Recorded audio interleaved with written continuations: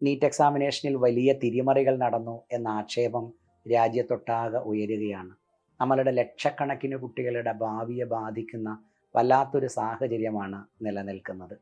എന്തായിരിക്കും നീറ്റ് എക്സാമിനേഷനിൽ സംഭവിച്ചിട്ടുണ്ടാവുക എന്നതിനെക്കുറിച്ച് ആ പരീക്ഷ എഴുതിയ കുട്ടികൾക്കും അവരുടെ രക്ഷാകർത്താക്കൾക്കും അവരെ പഠിപ്പിച്ച ഇൻസ്റ്റിറ്റ്യൂഷനുകൾക്കും അവരുടെ ടീച്ചേഴ്സിനുമൊക്കെ ബോധം ഉണ്ടാകും, എനിക്കറിയാം.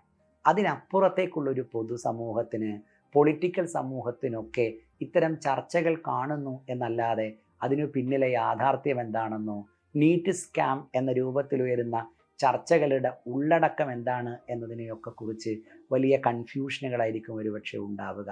അവർക്കൊക്കെ അതിലൊരു ക്ലാരിറ്റി വേണം, അവരുടെ എല്ലാം ആത്മാർത്ഥമായ ഇടപെടൽ ഈ വിഷയത്തിൽ വേണം എന്നതുകൊണ്ടാണ് ഇങ്ങനെയൊരു വീഡിയോയുമായി ഞാൻ നിങ്ങളെ കാണാൻ വരുന്നത്. 180 ചോദ്യങ്ങളാണ് ഒരു കുട്ടിക്ക് ഉത്തരം എഴുതേണ്ട ചോദ്യങ്ങളായി നീറ്റ് ക്വസ്റ്റ്യൻ പേപ്പറിനകത്തുള്ളത്. ഓരോ ചോദ്യത്തിനും 4 മാർക്കാണ് ഒരു കുട്ടിക്ക് കിട്ടുക. അങ്ങനെ വരുമ്പോൾ 180 ചോദ്യങ്ങളും ശരിയാക്കുന്ന ഒരു കുട്ടിയെ സംബന്ധിച്ചിടത്തോളം 180 × 4 അതായത് 720 മാർക്കാണ് നീറ്റിന് ലഭിക്കാവുന്ന പരമാവധി മാർക്ക് എന്ന് പറയുന്നത്. ഒരു ചോദ്യം കുട്ടി എഴുതാതെ വിട്ടാൽ ആ 720-ൽ നിന്ന് 4 മാർക്ക് കുറഞ്ഞ് 716 കുട്ടിക്ക് കിട്ടുക. ഇനി ഒരു ചോദ്യം കുട്ടിയോട് തെറ്റിപ്പോയാൽ ഒരു തെറ്റിന് -1 എന്ന രീതിയിൽ നെഗറ്റീവ് മാർക്കുണ്ട്. അപ്പം 4 മാർക്ക് ആ ചോദ്യത്തിന് കിട്ടുന്നില്ല, പ്ലസ് തെറ്റിയതിൻ്റെ -1, അപ്പോൾ 5 മാർക്ക് കുറയും. അപ്പോൾ 720-ൽ നിന്ന് 5 മാർക്ക് കുറഞ്ഞ് 715 മാർക്കാവും. ഞാൻ ഒന്നുകൂടെ പറയാം, 720 മാക്സിമം കിട്ടാവുന്ന മാർക്ക്. ഒരു ചോദ്യം എഴുതാതെ വിട്ടാൽ അതിന് തൊട്ട് താഴെയുള്ള മാർക്കായി 716 വരും. ഒരു ചോദ്യമെങ്ങാനും തെറ്റിപ്പോയാൽ അതിന് തൊട്ട് താഴെയുള്ള മാർക്കായി 715 മാർക്ക് വരും. അതായത് 720 മാർക്ക് കഴിഞ്ഞാൽ അതിന് തൊട്ട് താഴെ 716-ഉം അതിൻ്റെ താഴെയായി 715 മാർക്കേ കുട്ടികൾക്ക് കിട്ടൂ. പക്ഷേ ഈ പ്രാവശ്യത്തെ നീറ്റിൻ്റെ മാർക്ക് ലിസ്റ്റ് നിങ്ങൾ നോക്കിയാൽ 719-ഉം 718 മാർക്ക് കിട്ടിയ കുട്ടികളെ കാണാം. ഒരു കണക്ക് വെച്ച് നമ്മൾ കൂട്ടിയാലും നീറ്റ് എക്സാമിനേഷന് 719-ഓ 718-ഓ കുട്ടികൾക്ക് കിട്ടുകയില്ല. ചരിത്രത്തിൽ എവിടെയും കാണാത്ത മാർക്കാണ് നീറ്റ് റാങ്ക് ലിസ്റ്റിൽ ഈ പ്രാവശ്യം നമുക്ക് കാണാൻ കഴിയുന്നത്. ഗ്രേസ് മാർക്ക് നൽകിയതാണെന്നാണ് നാഷണൽ ടെസ്റ്റിംഗ് ഏജൻസി നൽകുന്ന വിശദീകരണം. ഇങ്ങനെയൊരു ഗ്രേസ് മാർക്ക് നാളിന്നോളം നീറ്റ് എക്സാമിനേഷൻ്റെ ചരിത്രത്തിൽ നൽകപ്പെട്ടിട്ടില്ല. ഇങ്ങനെയൊരു ഗ്രേസ് മാർക്ക് കൊടുക്കാനുള്ള സാഹചര്യത്തെപ്പറ്റി മുൻകൂട്ടി ഒരിടത്തും NTA പറഞ്ഞിട്ടില്ല. നീറ്റ് എക്സാമിനേഷൻ്റെ റിസൾട്ട് പ്രഖ്യാപിക്കുന്നതിന് തൊട്ടു മുമ്പ് പോലും പറഞ്ഞിട്ടില്ല.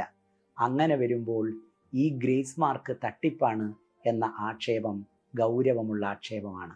മെഡിക്കൽ കോളേജുകളിലേക്കുള്ള പ്രവേശനത്തിന് ഒരു പൊതുപരീക്ഷ എന്ന രീതിയിൽ നീറ്റ് എക്സാമിനേഷൻ ഈ രാജ്യത്ത് ആരംഭിക്കുന്നത് 2016-ലാണ്. 2016 മുതൽ 2023 വരെയുള്ള റാങ്ക് പട്ടിക നിങ്ങളെടുത്ത് പരിശോധിച്ചാൽ 720-ൽ 720 മാർക്കും വാങ്ങി 1-ാം റാങ്ക് വാങ്ങുന്ന കുട്ടികളുടെ എണ്ണം വിരലിൽ എണ്ണാവുന്നതായിരുന്നു. അങ്ങനെ ഒരു കുട്ടി പോലും വരാത്ത ഒരുപാടേറെ വർഷങ്ങൾ 2016 തൊട്ടിങ്ങോട്ടുണ്ട്. അഥവാ വന്നിട്ടുണ്ട് എങ്കിൽ വന്ന കാലങ്ങളിലൊക്കെ അവരുടെ എണ്ണം വിരലിൽ എണ്ണാവുന്നത് മാത്രമായിരുന്നു. 720-ൽ 720-ഉം എളുപ്പം വാങ്ങാവുന്ന പരീക്ഷയല്ല നീറ്റ് എക്സാമിനേഷൻ. പക്ഷേ ഈ വർഷത്തെ റാങ്ക് ലിസ്റ്റ് നിങ്ങൾ നോക്കിയാൽ 1-ഓ 2-ഓ ഉണ്ടായിരുന്നത് അല്പം കൂടുകയല്ല ചെയ്തിരിക്കുന്നത്. 67 കുട്ടികൾക്കാണ് 1-ാം റാങ്ക് വന്നിരിക്കുന്നത്. 67 പേരാണ് 720-ൽ 720-ഉം വാങ്ങിയ ആളുകളായി നീറ്റ് റാങ്ക് പട്ടികയിലുള്ളത്. താരതമ്യേന എളുപ്പമുള്ള പരീക്ഷയല്ല 2024-ലെ നീറ്റ് എക്സാമിനേഷൻ. പതിവായി നീറ്റ് എക്സാമിനേഷനിൽ കാണാറുള്ള ട്രെൻഡ്, പരീക്ഷയുടെ നിലവാരമൊക്കെ അതേപോലെ സൂക്ഷിച്ചൊരു പരീക്ഷയാണ്. ആ പരീക്ഷ ഒരു വിഷമം പിടിച്ച പരീക്ഷയാണ് എന്നല്ല ഞാനീ പറയുന്നതിനർത്ഥം. നീറ്റ് എക്സാമിനേഷൻ ഒരിക്കലും അങ്ങനെ ആയിരുന്നില്ല. നീറ്റ് എക്സാമിനേഷന് ഒരു നിലവാരമുണ്ട്. ആ സാമാന്യ നിലവാരം 2024-ലെ ക്വസ്റ്റ്യൻ പേപ്പറിനും ഉണ്ടായിരുന്നു. അപ്പോൾ ഈ 67 720-കൾ അത്ഭുതമാണ്.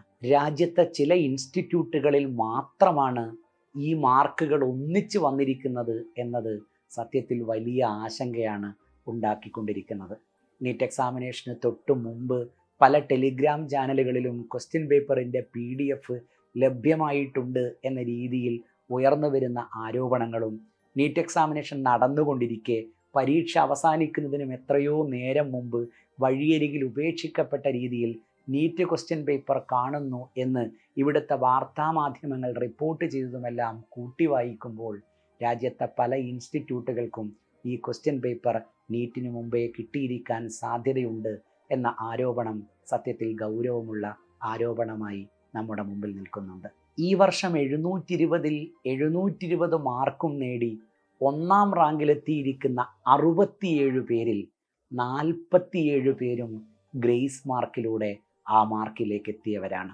ഒരു ഡിസ്ക്രിപ്റ്റീവ് മോഡൽ പരീക്ഷയ്ക്ക് അധ്യാപകൻ്റെ യുക്തിക്കനുസരിച്ച് കുട്ടികൾക്ക് മാർക്കിടാം, അല്ലെങ്കിൽ അവർക്ക് ഗ്രേസ് മാർക്ക് കൊടുക്കാം എന്നൊക്കെ പറയുന്നത് നമുക്ക് മനസ്സിലാവും. ഒരു ഒബ്ജക്റ്റീവ് എക്സാമിനേഷന്, ഒരു കോമ്പറ്റിറ്റീവ് എക്സാമിനേഷന് എങ്ങനെയാണ് ഗ്രേസ് മാർക്ക് കൊടുക്കുക എന്ന ചോദ്യത്തിന് NTA ആദ്യം നൽകിയ വിശദീകരണം NCERT പാഠപുസ്തകത്തിനകത്ത് തെറ്റുള്ള ഒരു കോൺസെപ്റ്റുമായി ബന്ധപ്പെട്ട ചോദ്യത്തിന് കുട്ടികൾക്ക് മാർക്ക് ദാനം ചെയ്യാനെടുത്ത തീരുമാനമാണ് സത്യത്തിൽ ഈ ഗ്രേസ് മാർക്ക് എന്നതായിരുന്നു. അതിന്മേൽ വീണ്ടും ആരോപണം ഉയർന്നപ്പോൾ NTA നൽകുന്ന ക്ലാരിഫിക്കേഷൻ പലയിടങ്ങളിലും പരീക്ഷ വൈകിത്തുടങ്ങിയിട്ടുണ്ട്, വൈകിത്തുടങ്ങിയ സ്ഥലങ്ങളിൽ കുട്ടികൾക്ക് നഷ്ടപ്പെട്ട സമയത്തിന് ആനുപാതികമായി അവർക്കാണ് ഗ്രേസ് മാർക്ക് കൊടുക്കാൻ തീരുമാനിച്ചത് എന്നാണ്. 15 മിനിറ്റൊക്കെയാണ് പലയിടത്തും വൈകിത്തുടങ്ങിയിരിക്കുന്നത്. ഒരു ചോദ്യത്തിന് ഉത്തരം എഴുതാൻ 1 മിനിറ്റാണ് നീറ്റിന് വേണ്ട ശരാശരി സമയം. അപ്പോൾ 15 മിനിറ്റ് വൈകിയിടത്ത് കുട്ടിക്ക് നഷ്ടപ്പെടും എന്ന് പറയുന്നത് 15 ചോദ്യങ്ങൾ എഴുതാനുള്ള സമയമാണ്. ഒരു ചോദ്യത്തിന് 4 മാർക്ക് എന്ന കണക്ക് വെച്ച് 15 ചോദ്യങ്ങൾ എഴുതാൻ സമയം നഷ്ടപ്പെട്ട ഒരാൾക്ക് 15 × 4 അതായത് 60 മാർക്കാണ് ഗ്രേസ് മാർക്കായി കിട്ടുക. അപ്പോൾ 720 മാർക്ക് ഗ്രേസ് മാർക്കിലൂടെ എത്തിയ ഒരാളുടെ യഥാർത്ഥ മാർക്ക് എത്രയായിരിക്കും? 720 നിന്ന് അയാൾക്ക് ഗ്രേസ് മാർക്കായി കിട്ടിയ 60 കുറച്ചാൽ 660 വരും. ഈ പ്രാവശ്യത്തെ കട്ട് ഓഫ് മാർക്ക്, അതായത് അവസാനം അഡ്മിഷൻ കിട്ടാൻ സാധ്യതയുള്ള കുട്ടിയുടെ മാർക്ക് 660 എന്ന രീതിയിലാണ് ചർച്ചകൾ വരുന്നത്. അപ്പോൾ അവസാനം അഡ്മിഷൻ കിട്ടാൻ സാധ്യതയുള്ള 660 ഒരു കുട്ടിയാണ് 60 മാർക്ക് ഗ്രേസ് മാർക്കിലൂടെ കൂടി 720 മാർക്കോടെ ഓൾ ഇന്ത്യ റാങ്ക് 1 വരുന്നത്. ഇങ്ങനെയാണോ ഈ പരീക്ഷ നടക്കേണ്ടത് എന്ന് NTA ഗൗരവത്തോടുകൂടെ ആലോചിക്കേണ്ടതുണ്ട്. ഈ ആരോപണങ്ങളെ നിഷേധിച്ചുകൊണ്ട് NTA ഒരു പത്രക്കുറിപ്പുമായി വന്നിട്ടുണ്ട്. പക്ഷേ ഈ പത്രക്കുറിപ്പും ഗ്രേസ് മാർക്ക് ആരോപണത്തെ അടിവരയിട്ട് സമ്മതിക്കുന്നത് തന്നെയാണ്. 1563 കുട്ടികൾക്ക് ഞങ്ങൾ ഗ്രേസ് മാർക്ക് കൊടുത്തു എന്ന് ഒഫീഷ്യലി NTA അതിനകത്ത് സമ്മതിക്കുന്നുണ്ട്. 720 720 മാർക്കും കിട്ടിയ കുട്ടികൾക്കകത്ത് 47 പേർ ഗ്രേസ് മാർക്കിലൂടെ വന്നവരാണ് എന്ന ആരോപണത്തെ പക്ഷേ NTA നിഷേധിക്കുകയാണ്. ഇപ്പോൾ കാണുന്ന 67 പേരിൽ 17 പേർ ആദ്യമേ ഉണ്ടായിരുന്നവരാണ് എന്നും പിന്നീട് കയറി വന്ന 50 പേരിൽ 44 പേരും ആൻസർ കീ തിരുത്തി പ്രസിദ്ധീകരിച്ചതിന് ശേഷം NCERTയിലെ പിഴവിനെ പുതിയ ആൻസർ കീയുടെ രൂപത്തിൽ ഞങ്ങൾ തിരുത്തിയതിന് ശേഷം കയറി വന്ന ആളുകളാണ് എന്നും അപ്പോഴും എണ്ണത്തിൽപ്പെടാത്ത ഒരു 6 പേർ ഞങ്ങൾ ഗ്രേസ് മാർക്ക് കൊടുത്തവരാണ് എന്നും NTA സമ്മതിക്കുന്നുണ്ട്. എന്തൊക്കെയാണ് ഒരു പൊതുപരീക്ഷക്കകത്ത് ഈ രാജ്യത്ത് സംഭവിക്കുന്നത്? എന്തൊക്കെയാണ് തിരുത്തിയും തിരിഞ്ഞും മറഞ്ഞുമെല്ലാം ഒരു നാഷണൽ ടെസ്റ്റിംഗ് ഏജൻസി പറഞ്ഞുകൊണ്ടിരിക്കുന്നത്? സാധാരണഗതിയിൽ 600 മാർക്കൊക്കെ കിട്ടിയ ഒരാൾക്ക് നീറ്റിന് പ്രവേശനം കിട്ടുന്ന സാഹചര്യം ഈ രാജ്യത്തുണ്ടായിരുന്നു. 2023 വരെ നടന്ന അലോട്ട്മെൻറ്റുകളുടെ ചരിത്രം പരിശോധിച്ചാൽ 600 മാർക്കിന് മുകളിലോട്ടേക്ക് പോകുന്നവരാണ് MBBSന് സേഫായി അഡ്മിഷൻ കിട്ടുന്നവർ എന്ന സാഹചര്യമാണ് ഇവിടെ ഉണ്ടായിരുന്നത്. ആ സാഹചര്യമാണ് 660 മാർക്കെങ്കിലും കിട്ടിയാലേ നീറ്റിന് പ്രവേശനം കിട്ടൂ എന്ന വല്ലാത്തൊരു സാഹചര്യത്തിലേക്ക് 2024 വരുന്നത്. നിങ്ങൾ ആലോചിക്കണം, ഈ 660 മാർക്ക് ഉള്ളയാൾ ഗ്രേസ് മാർക്ക് കിട്ടിയ ആളാണ് എങ്കിൽ അയാളുടെ യഥാർത്ഥ മാർക്ക് എത്രയായിരിക്കും? 660 നിന്ന് അയാൾക്ക് ഗ്രേസ് മാർക്കായി കിട്ടുന്ന 60 മാർക്ക് കുറച്ചാൽ 600 മാർക്കാണ് അയാൾക്ക് സത്യത്തിലുണ്ടാവുക. 600 മാർക്കുള്ള ഒരാൾ ഗ്രേസ് മാർക്കിലൂടെ 660 എത്തുകയും MBBSന് പ്രവേശനം നേടുകയും ചെയ്യുമ്പോൾ 650-ലും 640-ലും 630-ലുമൊക്കെ ഉള്ള കുട്ടികളെല്ലാം ഈ റാങ്ക് ലിസ്റ്റിന് പുറത്താണ്. 600 മാർക്കുള്ളവർ അവരുടെയെല്ലാം തലയ്ക്ക് മുകളിലൂടെ ചാടി MBBS കിട്ടി മെഡിക്കൽ കോളേജിലേക്ക് പോവുകയാണ്. ഈ കുട്ടികൾ ഇനി എന്ത് ചെയ്യും? 650-നും 640-ലുമൊക്കെ നിൽക്കുന്ന നമ്മളുടെ പ്രതിഭാധനരായ കുട്ടികൾ ഇനി എന്ത് ചെയ്യും? ലക്ഷക്കണക്കിന് കുട്ടികളുടെ ഭാവി തീരുമാനിക്കുന്ന ഒരു പരീക്ഷ ഇങ്ങനെയല്ല NTA നടത്തേണ്ടത്. വൈകി നടത്തി ഗ്രേസ് മാർക്ക് കൊടുക്കും എന്ന് പറയേണ്ട ഒരു പരീക്ഷയല്ല നീറ്റ് എക്സാമിനേഷൻ. ഇത്ര നിസ്സാരമായി NTA ഈ പരീക്ഷയെ സമീപിക്കരുത്. നഷ്ടപ്പെട്ട സമയത്തിന് മുഴുവൻ മാർക്കും കൊടുക്കും എന്നാണെങ്കിൽ ആർക്കൊക്കെ NTA ഇത് കൊടുക്കും? ആരുടെ സമയമാണ് നഷ്ടപ്പെട്ടത് എന്ന് NTA എങ്ങനെ അളക്കും? ഇനി പരാതി പറയുന്ന കുട്ടികൾക്കാണ് ഇത് കൊടുക്കുന്നതെങ്കിൽ നിങ്ങൾ പരാതിപ്പെടൂ, നിങ്ങൾക്ക് മുഴുവൻ മാർക്കും തരാം എന്ന് ഈ കുട്ടികളോട് NTA മുൻകൂട്ടി പറഞ്ഞിരുന്നു. ഒരു പരീക്ഷാ നടത്തിപ്പും ഇങ്ങനെയാവരുത്. ഉയരുന്ന പരാതികളിന്മേൽ ഒരു മീഡിയ അറ്റൻഷനും കിട്ടാത്ത ലോക്സഭാ തിരഞ്ഞെടുപ്പിൻ്റെ ഫലപ്രഖ്യാപന ദിവസം തന്നെ ഒളിച്ചു കിടത്തേണ്ടതല്ല നീറ്റ് പരീക്ഷാ റിസൾട്ട്. നീറ്റ് എക്സാമിനേഷൻ വീണ്ടും നടത്തുമോ എന്ന ചോദ്യമാണ് പലയിടങ്ങളിലും ഉയർന്നുകൊണ്ടിരിക്കുന്നത്. വീണ്ടും ഈ പരീക്ഷ നടത്തിയാൽ വീണ്ടും ഇങ്ങനെ ഒരു പരീക്ഷ പോയി എഴുതാൻ മാനസികമായി തയ്യാറെടുക്കേണ്ട കുട്ടികളെക്കുറിച്ച് നാം എന്തെങ്കിലും ചിന്തിച്ചിട്ടുണ്ടോ? 660-ന് താഴേക്ക് പോയി 650-ലും 640-ലും ഒക്കെ നിൽക്കുന്ന കുട്ടികൾ അനുഭവിക്കുന്ന മാനസിക സംഘർഷം, അവരുറപ്പിച്ച മെഡിക്കൽ കോളേജുകൾ അവരുടെ മുമ്പിൽ ഇനി ഇല്ല എന്ന തിരിച്ചറിവ്, അവരിലുണ്ടാക്കിയ ആഴത്തിലുള്ള മുറിവ്, അവരാത്മാർത്ഥമായി പഠിച്ചിട്ടും പലതരം കളികൾ കൊണ്ട്, കോടികൾ മറയുന്ന ഇടപാടുകൾ കൊണ്ട് അവരുടെ ഭാവി അപകടത്തിലാണ് എന്ന തിരിച്ചറിവ് അവരെ എത്രമാത്രം അസ്വസ്ഥപ്പെടുത്തുന്നുണ്ടാവും, അവരിലേൽപ്പിക്കുന്ന ട്രോമകൾ എത്രമാത്രം വലുതായിരിക്കും എന്നതിനെക്കുറിച്ച് നാം ആലോചിച്ചിട്ടുണ്ടോ?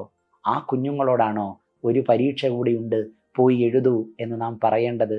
ഒരു പരീക്ഷ കൂടി നടത്തുക എന്നതിനേക്കാൾ പ്രധാനം ഈ റാങ്ക് ലിസ്റ്റ് റദ്ദ് ചെയ്ത് മാന്യമായി കണക്കുകൂട്ടി ഒരു പുതിയ റാങ്ക് ലിസ്റ്റ് ഈ പൊതുസമൂഹത്തിന് മുമ്പിൽ പ്രഖ്യാപിക്കാൻ NTA തയ്യാറാവുക എന്നതാണ്. അതിനുവേണ്ടി ഏതറ്റം വരെയും ഈ കുഞ്ഞുങ്ങളോട് ചേർന്ന് നിന്ന് പോവാൻ നമുക്ക് കഴിയണം.